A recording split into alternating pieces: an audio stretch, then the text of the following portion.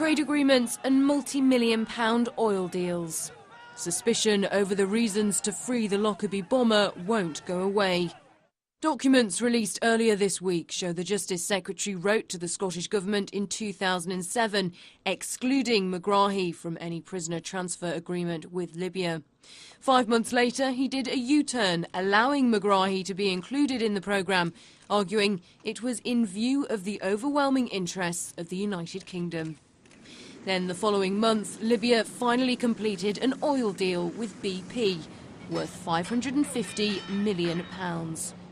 Jack Straw has today told the Daily Telegraph that the issue of trade played a big part in his decision to include Megrahi in the prisoner transfer agreement.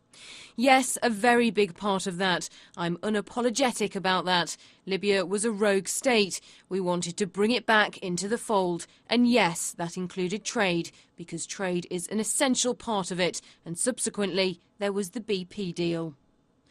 Yet he told Sky News less than a week ago that no deals to do with Megrahi and trade were ever made. No such deal was done. No such deal could have been done. I would not have done a deal, but I had no power to do a deal and to say to the Libyans, well, we'll do a murky deal with you on oil and we'll give you a nod and a wink about the release of Mr Megrahi, because that was not within the jurisdiction of the United Kingdom government. Even had it been, we would never have struck that kind of deal. And Gordon Brown was equally adamant no deals were done. There was no conspiracy, no cover-up, no double-dealing, no deal on oil, no... Jack Straw says the Prime Minister was never involved in his decision over the prisoner transfer agreement with Libya. I don't think the Justice Secretary would leave himself as a hostage to fortune by saying it didn't go across the Prime Minister's desk if it did. So I think you probably have to take him at his word.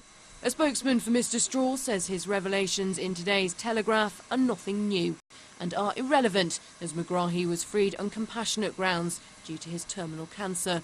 The prisoner transfer agreement never had to be evoked. But the interview will no doubt spark further calls from the opposition for an inquiry into the handling of Megrahi's case. Eleanor Jeffrey, Sky News.